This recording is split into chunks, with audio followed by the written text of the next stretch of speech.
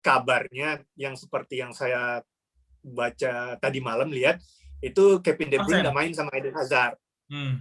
Sepertinya Eden Hazard nggak main, tapi kayak KDB masih diragukan. Dari segi kualitas, lebih merata Itali sebetulnya. Ya, lebih merata Itali di baik cadangan maupun starter gitu. Jerewetan ceking kita, nyerewetin apa aja. Halo teman-teman, ketemu lagi di Cerewetin Piala Eropa. Kali ini gue mau ngobrol dengan akun Twitter namanya Seri Alawas. Wah, ini bisa dikatakan salah satu mega bintang akun sepak bola di jaga Twitter nih. Gila, seneng banget gue penasaran orangnya kayak gimana. Karena namanya Seri Alawas, sebetulnya ekspektasi gue ini bapak-bapak sih, tapi ya udahlah, ntar kita ngobrol. Tapi sebelum itu, tadi malam pertandingan Kroasia lawan Spanyol yang gak diduga-duga, hujan gol di injury time jadi 5-3, sebelumnya 3-3, dan hal serupa juga terjadi di Prancis lawan Swiss yang Swiss unggul terlebih dahulu, kemudian comeback 2 gol jadi 3-3, akhirnya menang adu penalti. Prancis pemainnya penuh bintang, kipernya Loris, backnya ada Varane sama Kimpembe, penyerangnya paling maut Benzema, Griezmann sama Mbappe ternyata takluk di tangan kuda hitam ya, kuda hitam banget, maksudnya Swiss gitu. Mungkin orang akan berpikir Prancis kalahnya sama Jerman, seenggak-enggaknya sama Belanda atau sama Belgia, Italia. Ternyata sama Swiss ini membuktikan Piala Eropa kali ini sulit banget ditebak. Gue nonton pertandingan Denmark sama Ceko justru jauh lebih solid sebagai tim, baik lebih seimbang menyerang dan bertahannya dibandingkan Spanyol dan Kroasia yang bagus banget di tengah tapi belakangnya jeleknya sahabat-sahabat. Yang masih belum bertanding nanti malam ada Jerman lawan Inggris. Gue sih bela Inggris, tapi anyway sekarang bukan tentang gue. Sekarang langsung aja kita ngobrol dengan Seri Alawas. Yuk. Selamat malam Mas Iqbal. Oh, selamat malam Mas Angga. Wah, ini gokil juga nih, ini luar biasa banget nih. Setelah selama ini cuma follow, cuma nyamber-nyamber tweet-tweet, akhirnya tahu sosok di balik Seri Alawas nih. Terima kasih banyak ya Mas Iqbal, nih sebuah kebanggaan juga nih buat saya bisa ngobrol sama akun yang mempengaruhi banyak netizen dalam berkomentar. Mas, lokasi di mana Mas? Kenapa? Domisili di mana Mas? Soalnya saya ngobrol dengan beberapa akun sepak bola, ternyata wah nyebar banget di Indonesia pun nyebar banget. Kebetulan saya nggak di Indonesia Mas. Wah ini nih, di mana Mas? Ini lagi ada gawean lah, kerjaan di Malaysia sekarang. Udah kurang lebih 2 tahun lebih lah, masuk tahun ketiga lah di sini. Di sana gimana? Sebelumnya, kenapa? Ya gimana sebelumnya kenapa? Ya, makasih juga udah diundang nih, satu kehormatan buat saya. Wah, enggak lah, itu saya itu kehormatan bagi saya. Mas, gimana Malaysia ininya Mas? COVID lockdown aman di sana? Hampir sama dengan Indonesia sih sebenarnya Mas, cuma di sini negaranya lebih kecil dari Indonesia ya, jadi agak lebih bisa diatur dikit gitu. Warganya. Kalau untuk case-nya sendiri pun ya per hari itu ada 5.000-an Mas, 5.000. Itu dulu sampai 2 minggu yang lalu. Sebelum ini kan udah lockdown lagi nih. Oh, lockdown lagi Malaysia ya? Iya, di sini udah lockdown yang kedua minggunya gitu. Tadinya di awal habis Lebaran itu di lockdown. Nah, ini udah perpanjang lagi nih. Ini udah masuk 1 bulan lagi nih lockdownnya. Tadinya sebelum Lebaran itu bebas, maksudnya boleh keluar gitu. Nah, habis Lebaran itu di lockdown lagi karena case-nya lagi naik, nyampe 10.000.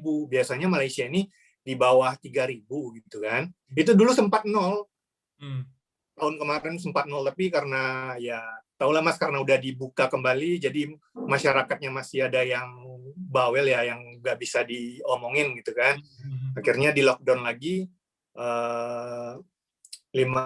sekarang case-nya udah naik lagi gitu. Makanya di lockdown. Naik laginya lebih karena kalau Indonesia kan kayaknya lebih karena kemarin Lebaran banyak yang mudik, beraktivitas outdoor-nya tuh kemarin kayaknya puncaknya Lebaran, jadi sekarang meningkat lagi. Kalau di Malaysia gara-gara sama nggak? Maksudnya fenomenanya karena kemarin Lebaran banyak yang berpergian atau gimana, Mas? Iya, sama, Mas. Mirip-mirip. Kulturnya mirip Mirip-mirip aja sih. Iya, cuma karena di sini kayaknya lebih dikontrol aja sih, Mas. Lebih orangnya lebih aware lah gitu kan. Nah, jadi masih bisa dikondisikan gitu, Mas. Enggak. Ya begitulah, mudah-mudahan lah cepat lah ini berakhir, Mas. Kita bisa balik juga. Ini saya udah setahun lebih nggak pulang ini. Oh, karena COVID? Bukan karena Iya, memang... karena sejak terakhir pulang Februari 2020 saya. Persis sebulan sebelum COVID masuk Indonesia berarti? Betul, benar. Jadi 1 bulan sebelum lockdown di Malaysia juga. Oh, iya. Oke, Mas, kita bahas sebelum bahas tentang akun seri Alawas yang banyak menarik perhatian netizen dan timnas Itali. Kita di malam itu pertandingan Spanyol menang, kemudian Prancis kalah. Itu kan di bagan yang sebetulnya nggak begitu pengaruh sama timnas Italia ya. Italia kan di atas nih, bagan yang sebelah yang berbeda kan ya? Iya, benar. Kalau Mas sendiri ngelihat sebetulnya bagannya timpang nggak sih, Mas? Lebih berat yang Italia atau sama aja?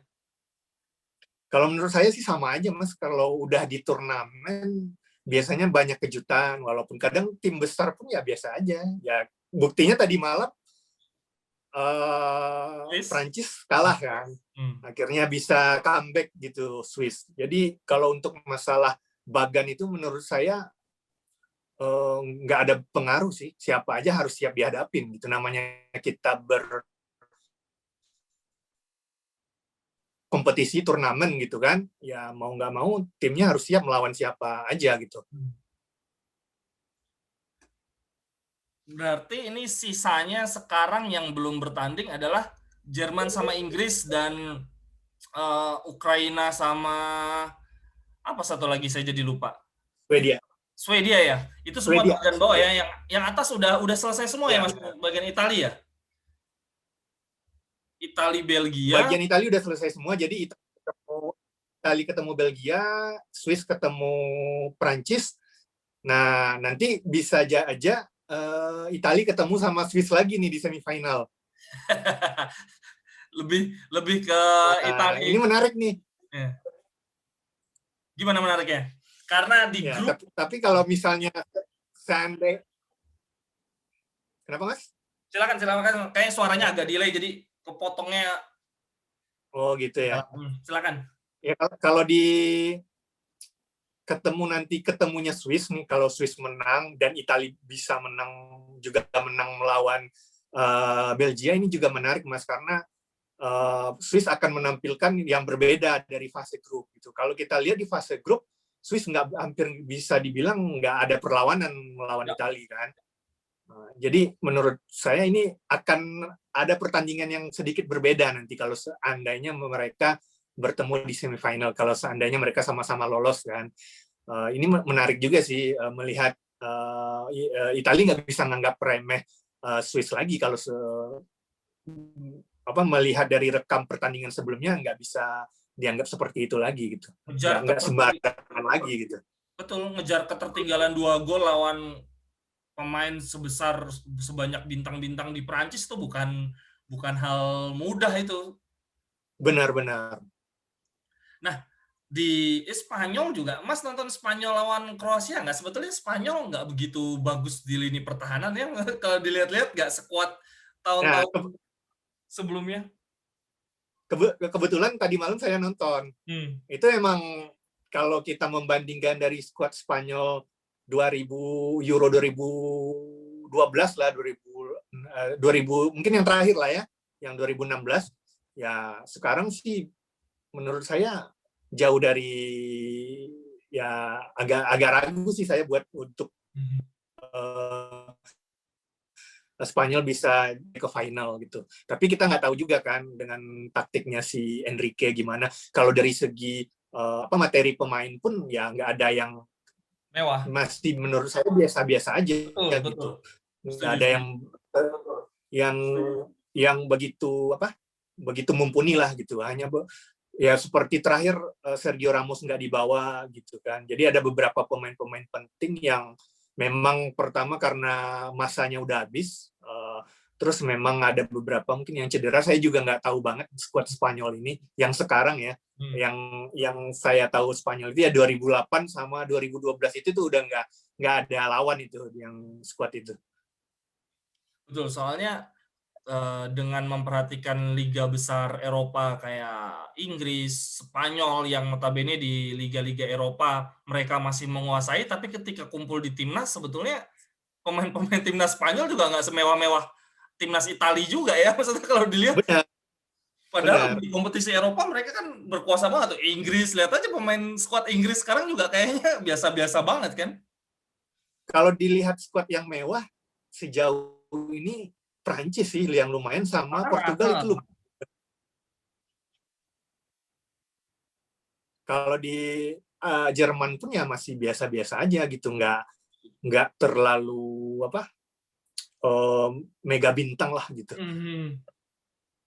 Dan menurut saya Italia ini kesempatan nih buat Italia sama Mancini nih buat menunjukkan kalau Italia itu punya talenta yang banyak gitu, nggak akan habis. Terutama di lini tengah Italia kalau kita lihat 3 itu tuh Verratti, Jorginho sama Barella itu udah kalau menurut saya di turnamen sekelas Euro ini itu 3 gelandangan trio terbaik lah di antara semua tim-tim yang memiliki gelandang-gelandang gitu. Kalau misalnya di Belgia ya yang kita tahu cuma Kevin De Bruyne gitu kan, KDB. Ya, dan kalau kita singgung dikit nih pertemuan Belgia dengan Italia nanti, kabarnya yang seperti yang saya baca tadi malam lihat itu Kevin De Bruyne nggak main sama Eden Hazard. Sepertinya Eden Hazard nggak main, tapi kayak KDB masih diragukan main apa enggak. Ini kan namanya akal-akal media kan kita nggak tahu Mas, tiba-tiba aja di terakhir-terakhir masuk line up gitu kan. Betul. 1 jam terakhir ada nih. Wah, ini ya biasalah gitu kan. Simpang siurnya kita nggak tahu gitu kan. Ya kalau misalnya seandainya KDB nggak main, ya itu keuntungan besar juga buat Italia gitu. Banget. Dan walaupun dia main, ya juga nggak ada masalah sih menurut saya. Karena dari segi kualitas lebih merata Italia sebetulnya. Ya, lebih merata Italia di baik cadangan maupun starter gitu kan. Betul. Nah, kalau seandainya misalnya saya cuma ragu nanti ini Verratti akan jadi starter atau enggak gitu. Karena di pertandingan terakhir lawan Austria itu di babak pertama main Italia itu cukup bagus gitu. Cukup sangat menguasai pertandingan gitu di babak pertama, tapi serangan itu buntu di tengah, Mas. Karena jadi si Verratti dan si Jorginho dia terlalu ke dalam nggak sih? Maksudnya dia kayak benar. Jadi saya melihat Jorginho sama Verratti ini agak dempet gitu loh. Iya. Nah, jadi agak dempet, jadi kayak ada beradu-radu gitu loh.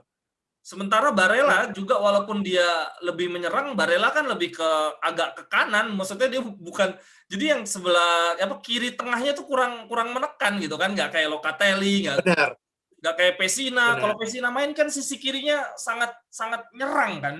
Benar, setuju. Jadi kalau kalau bisa menyarankan sama Mancini, Verratti mending dicadangkan aja. Kalau saya sih lebih memilih Locatelli kalau melihat pertandingan di lawan Austria kemarin, karena ya jauh banget perbedaannya. Kalau Locatelli main itu dia lebih mobile gitu. Kalau ditambah satu lagi Verratti ini dia orangnya agak meledak, Mas. Kadang dia suka tackle yang agak-agak di pertandingan gitu. Penting sering kartu merah. Jadi agak-agak. Nah, benar. Jadi kalau kita masalah skill mungkin individu nggak ada, Verratti memang paling bagus di Italia gitu. Dibanding Locatelli sama Pessina, Verratti memang jauh paling atas lah gitu. Pengalaman udah memang dia main bareng Iya, dia mainnya bareng Neymar, bareng Mbappe. Benar. Tapi ini juga soal sebetulnya memang mencadangkan Verratti juga sebetulnya siasat Mancini untuk jaga-jaga main extra time ya. Nah, benar. Kalau misalnya nanti di lawan Belgia sama di bagian belakang saya agak masih ragukan juga, Mas. Bonucci sama Acerbi. Sebenarnya Bonucci ini kalau saya pribadi melihat dia bisa seperti Cannavaro di 2006, Mas. Kenapa? Dia bisa dipasangkan dengan siapa aja gitu. Dia cocok dipasangkan dengan siapa aja. Kalau kita lihat di pertandingan pertama udah jelas sama Chiellini. Udah jelas ya, pengalamannya udah berdua itu udah nggak bisa diragukan. Di pertandingan kedua melawan Swiss ya, melawan Swiss di babak kedua Chiellini diganti sama Acerbi, juga bagus. Ya, juga bagus sebenarnya. Di pertandingan ketiga sama Bastoni juga bagus. Bastoni juga terlihat tenang mainnya dan nggak kelihatan dia sebagai seorang anak muda yang baru gitu. Persis. Tenang banget. Nah, kalau ketika pertandingan lawan Austria, saya lihat ini agak kewalahan nih lini belakang Italia ketika di babak kedua itu habis Italia diserang sama Austria kan. Itu beruntung aja golnya offside dicek VAR. Kalau nggak ada VAR itu udah gol, udah bertahan sampai habis golnya itu tuh. Jadi kalau bisa partnernya ya. Saya lihat di foto-foto yang terakhir Chiellini juga udah mulai latihan kan? Iya benar, udah mulai latihan. Cuma nggak tahu nih, kalau memang fit 100% ya nggak apa-apa sih Chiellini Bonucci. Tapi kalau misalnya nggak fit, kalau saya lebih memilih di duet Bonucci itu sama Bastoni, dicobain Bastoni gitu. Karena pertama Bastoni masih muda, punya kecepatan juga, dia juga mainnya tenang. Kalau yang saya lihat dari pertandingan terakhir dia ya. Persis, saya sebagai interisti yang ngikutin pertandingan memang Bastoni ya ini banget deh, Itali banget, maksudnya back flamboyan Itali lah gitu, mainnya tenang gitu, tinggi, bisa bisa dribble juga, bisa passing juga gitu. Cuman memang kayaknya kalau di Itali senioritas lumayan juga maksudnya. Nah, benar, setuju sih. Masalah senioritas lagi sama pengalaman juga kan. Betul, tapi ini masalahnya apapun pilihan. Lukaku nih yang ada speed maksudnya. Iya benar, setuju. Nah makanya itu saya agak, karena Lukaku punya speed, sayap-sayap Belgia juga punya speed gitu kan, jadi agak riskan juga sebenarnya. Tapi nggak tahu lah, kalau memang mereka disiplin, memang performanya jauh lebih baik, saya rasa ya nggak apa-apa juga. Ditambah sama lini tengah. Kalau bisa juga untuk striker, coba deh Belotti dimainin sama diganti sama Immobile. Memang kalau untuk dari segi individu, Immobile jauh lebih bagus sebenarnya dari Belotti. Tapi kalau dilihat dari etos kerjanya kemarin, saya pribadi lebih senang lihat Belotti, Mas, karena dia itu gigih gitu. Betul. Sana dari nggak kayak di Torino dia jadi ujung tombak tumpuan satu-satunya soalnya. Nggak sama kayak Immobile yang lebih mainnya stylish dan taktikal gitu. Jadi kalau dia terakhir peluang Immobile itu kena tiang dari shoot luar kotak penalti. Setelah itu nggak ada lagi peluang dari Immobile ini. Dia nggak bisa nusuk-nusuknya kurang, ya lebih ke striker stylish lah Mas gitu. Iya. Ya kalau misalnya Mancini berani bereksperimen, mainin si Belotti dari menit pertama. Gitu. Nah senjata pamungkas Mancini ya ada di Chiesa tadi. Chiesa. Saya sih walaupun banyak yang bilang Chiesa, banyak yang ngomong Chiesa suruh jadi starter, saya sih tetap Chiesa lebih bagus, mendingan jadi super sub aja ya. Setuju banget Mas. Setuju. Lebih baik dia masuknya di menit 70 ke atas gitu kan. Iya. Saat gelandang-gelandang, saat pemain-pemain lawan udah kelelahan, betul, dia masuk tuh. Itu lebih ya sama kayak pertandingan terakhir lah gitu. Dia lebih speednya nggak usah diragukan lagi lah. Ya nggak apa-apa sih dimainkan Berardi dulu, nggak apa-apa. Kalau dilihat memang Berardi ini agak kaku sebenarnya. Mainnya gitu-gitu aja gerakannya ya. Ya gerakannya gitu-gitu mudah dibaca gitu. Mudah dibaca, pergerakan di kiri nggak bisa gocek-gocek kayak Robben gitu, nggak bisa dia. Tapi kan karena memang ini babak knockout, jadi mau nggak mau pelatih harus berpikir lebih di luar 90 menit kan. Benar. Jadi kalau menurut aku sih babak knockout ini beda sama penyisian grup gitu. Kalau di penyisian grup yang penting kita lolos, mikirnya lolos gitu kan, lolos ke fase grup. Tapi kalau udah masuk fase knockout, ya pikirannya kita harus masuk ke selanjutnya. Kalau enggak ya habis gitu, pulang gitu kan. Kalau penyisian grup pertandingan pertama nggak menang, di kesempatan kedua masih ada gitu. Seri masih dapat 1 poin. Ya karena ada 3 pertandingan masih ada peluang gitu. Tapi kalau fase knockout ya kalau harus menang, kalau nggak menang ya pulang gitu. Pilihannya 2. Coba flashback zaman Conte menang 2-0 ya waktu itu ya. Italia Belgia 2-0 kan ya. Itu skuadnya Belgia sebetulnya juga golden generation yang nggak beda jauh dengan sekarang kan skuadnya. Ya Lukaku, Martens. Kalau saya boleh memilih, yang golden generation-nya Belgia itu ya yang 2016 itu, Mas. Nah, betul. Dibandingkan sekarang.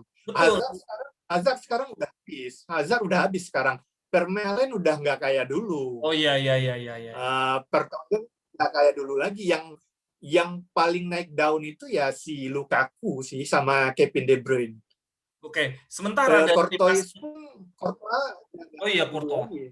Sementara dari timnas Italinya upgrade dibandingkan yang 2016. Oh jauh Mas, kalau dibandingin 2016. Kalau 2016 itu lebih ke Conte sih. Iya.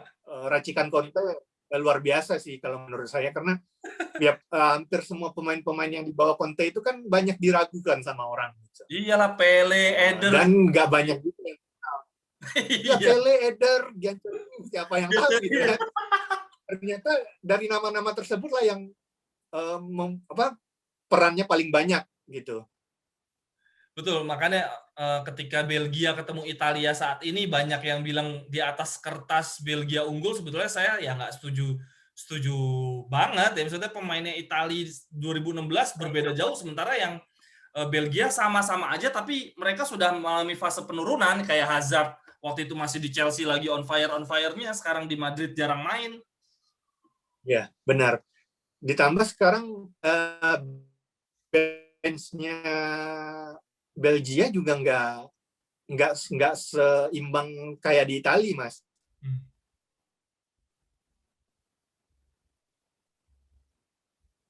Oke, Mas, berarti ketika pertandingan sebelahnya Swiss lawan Spanyol, menurut Mas gimana? Swiss lawan Spanyol ini menarik sih, karena 2 tim ini bisa dikatakan Swiss juga nggak ada yang menyangka bisa ngalahin Prancis. Spanyol juga nggak ada yang menyangka bisa di awal dua awal pertandingan kan Spanyol agak diragukan gitu. Tapi di pertandingan ketiga mereka ngebantai siapa lawannya terakhir 4-1 menang. Nah di kemarin menang melalui comeback gitu kan. Ini agak 50-50 sih menurut saya. Swiss punya peluang besar juga, Spanyol juga gitu. Kalau boleh saya memilih, sebenarnya saya lebih memilih Swiss untuk masuk ke fase selanjutnya gitu. Nah, ini mungkin pendapat pribadi aja gitu. Ya, tapi betul. Kalau misalnya ingin memuluskan langkah Italia, nggak tahu juga Italia menang apa nggak lawan Jerman gitu kan, lawan Belgia. Kalau saya lebih pilih Spanyol. Tapi karena kalau seandainya Swiss yang lolos, itu pertandingannya akan berbeda, Mas. Swiss akan berbeda dari fase grup seperti yang kita bahas tadi. Sementara di bagian sebelahnya berarti siapa? Saya jadi Swedia dengan Ukraina, Inggris dengan Jerman. Siapa ketemu siapa nih kalau yang menang? Sebentar saya lihat bagannya, saya jadi lupa. Berarti Ya Denmark ketemu Ceko itu padahal dua-duanya wah itu tim ini ya, teamwork banget maksudnya ini tim player banget mainnya, solid banget loh. Denmark sama Ceko lebih solid dibandingkan cara mainnya Spanyol bahkan. Padahal Denmark di 2 pertandingan awal kalah kan. Finlandia kalah itu kan benar-benar setelah Eriksen dia langsung. Nah benar, setuju Mas, pengaruh Eriksen gitu loh. Karena kejadian Eriksen itu jadi ya siapa sih teman gitu, teman rekan setim yang mengalami hal seperti itu ya bisa dikatakan memang antara hidup atau mati nih gitu. Siapa yang nggak cemas Mas? Ya dan di depan mata juga gitu kan. Jadi otomatis psikisnya terganggu kan. Nggak nyangka banget loh. Padahal sebelum kejadian Eriksen itu Denmark menekan Finlandia banget. Seakan-akan Finlandia tuh kayak nggak punya potensi menang lah, mainnya ya bertahan counter attack. Tapi ya itulah sepak bola ya, maksudnya mental tuh pengaruhnya. Ya, itulah sepak bola tuh pengaruhnya. Benar. Denmark Ceko kira-kira siapa Mas? Kalau Mas siapa? Kalau saya sih dari awal pilih Denmark sih, jagoin Denmark. Walaupun Patrick jagoin Denmark ya karena dari segi kualitas pemain Denmark bagus. Lebih dari Ceko, dibandingin Ceko lebih bagus Denmark sebenarnya gitu. Ditambah dengan spirit Eriksen ini, Denmark akan, dan ketika kita melihat lawan Belanda kemarin, bukan lawan Belanda ya, lawan Wales yang menang besar itu Denmark. Oh ya dengan Wales, Wales. Nah itu terlihat banget dia main sebagai tim gitu. Betul. Sudah main sebagai tim dengan kualitas pemain yang sangat bagus juga gitu. Jadi tidak hanya sekedar ingin berkompetisi, tapi di balik itu ada semangat dari Eriksen tadi gitu. Jadi ada sesuatu yang dibawa oleh Denmark gitu, tambahan motivasi gitu buat Denmark gitu. Jadi ya kalau misalnya dipilih 5-5-4-5 lah untuk Denmark. Berarti ini sisa nih Inggris lawan Jerman. Katanya saya baca-baca nih pendukung Jerman itu terdiri dari pendukung Jerman, orang-orang yang benci APL sama orang-orang yang benci timnas Inggris.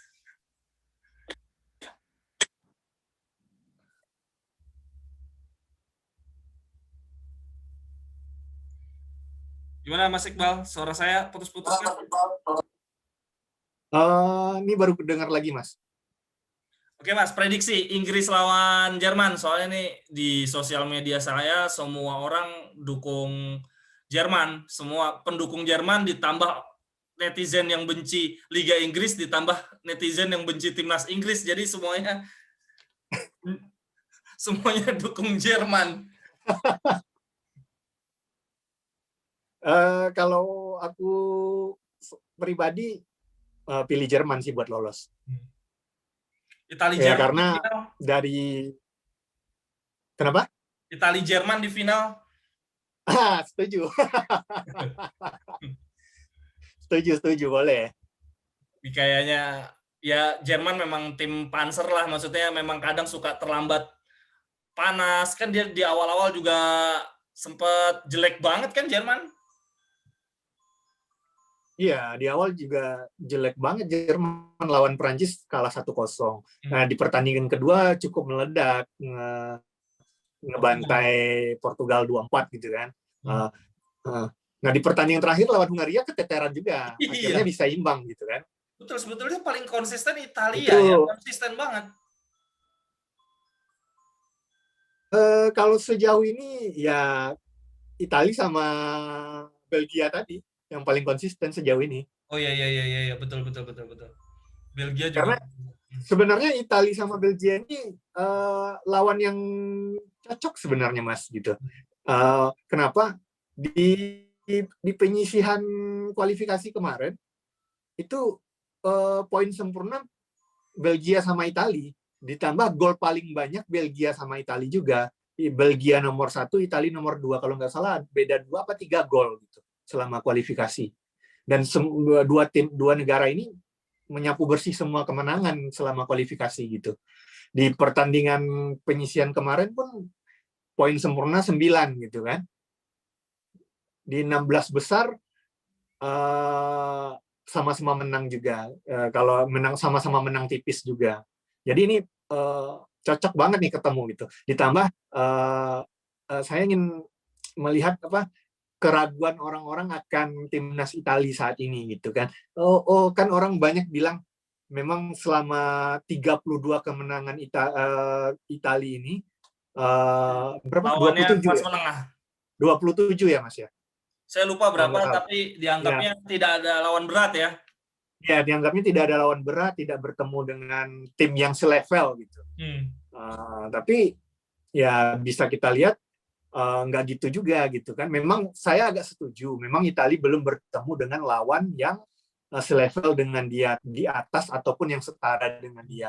Tapi itu juga nggak bisa menjadi patokan juga gitu. Dan rasanya memang lawan Belgia ini rasanya satu level lah gitu. Ini lawan yang cocok sepadan lah buat Italia. Memang kalau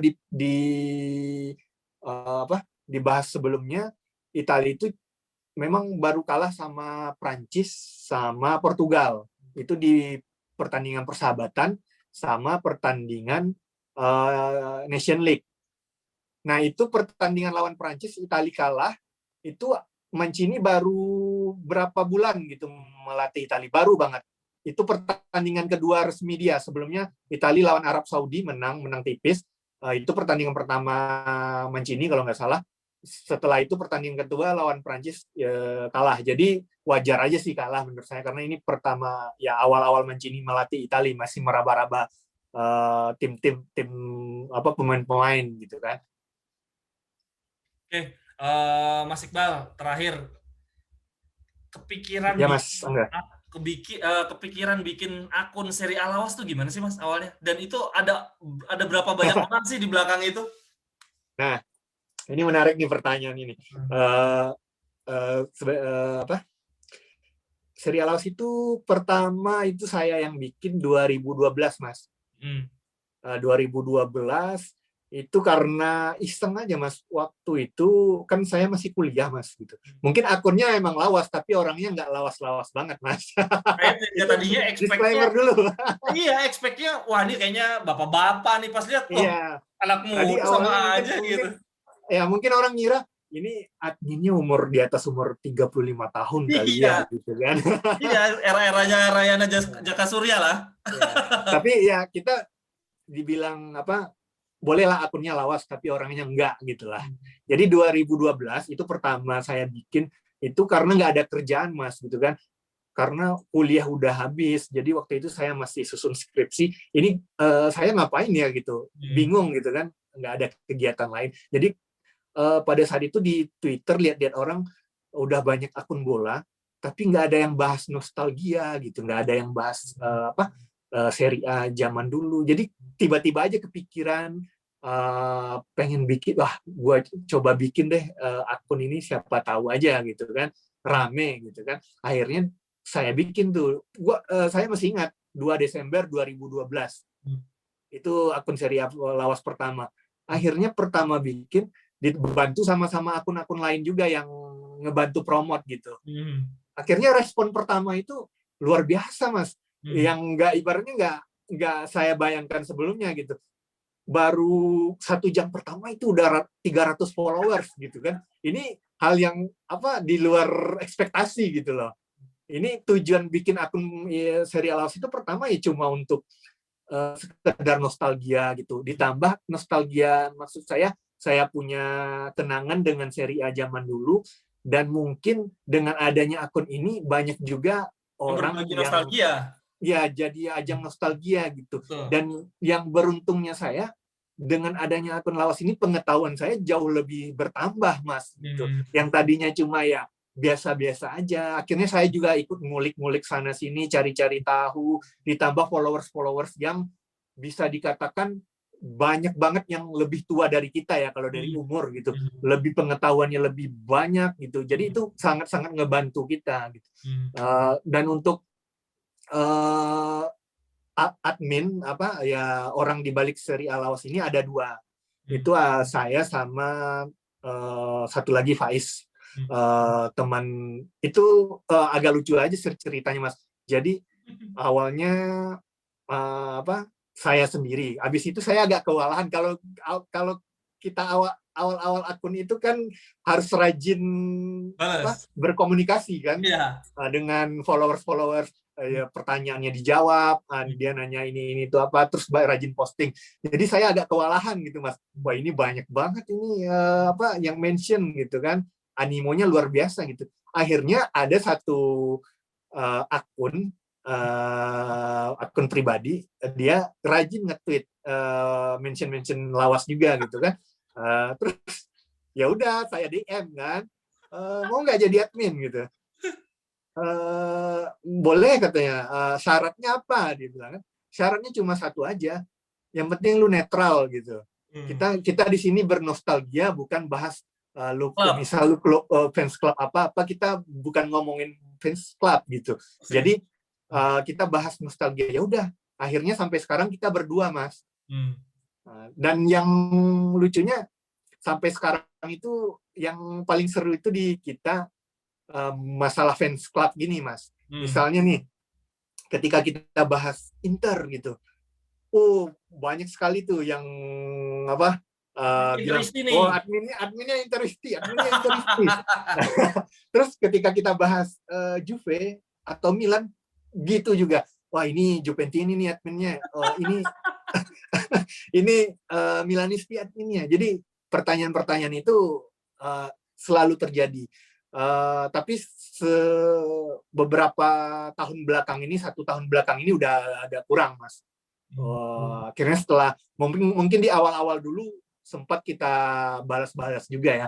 Setelah itu ya kita bodo amat lah gitu kan. Lanjut aja, ngapain sih pertanyaan-pertanyaan kayak gini dijawab gitu, nggak penting gitu kan. Akhirnya kita canda-candain aja, kita fans Bari, kita fans Salernitana gitu. Ya gitu aja gitu. Oke, Mas Iqbal, terima kasih banyak atas waktunya. Sama-sama Mas Angga. Sip. Oke, kita ketemu lagi nanti kalau Italia masuk final ya Mas. Siap. Tunggu. Sip, makasih ya Mas. Ya, sama-sama Mas Angga, makasih banyak waktunya, udah kasih kesempatan. Oke, Forza Italia. Widih, ternyata Mas Iqbal masih muda, saudara-saudara. Seru banget. Gila ya, gue waktu itu ngobrol sama Info Azzurri juga gitu. Dia bahas tentang fokus ke timnas Italia, kemudian banyak dipromosikan oleh akun-akun sepak bola yang lain. Kemudian dia akhirnya dapat bantuan admin dari orang yang sering banget balas-balesin tweetnya Info Azzurri. Nah, di Seri A Lawas ternyata juga gitu. Satu, dia dibantuin promosi oleh akun-akun sepak bola yang lain, dan yang kedua, dia punya tim admin yang anggotanya dari netizen yang banyak komen-komen. Jadi ternyata komen-komen tuh ya nggak cuman sekedar caper atau menanggapi, betul bertukar pikiran, bisa bikin peluang networking yang luas juga ya. Karena ini sama juga nih, Info Azzurri sama Seri A Lawas tracknya sama nih, alur mereka bikin sosial media sampai akhirnya ketemu tim begitu. Gue ngomong apa sih jadi ribet sendiri. Oke deh, sampai di sini dulu Cerewetin Piala Eropa. Sampai jumpa di Cerewetin Piala Eropa berikutnya. Untuk teman-teman gimana?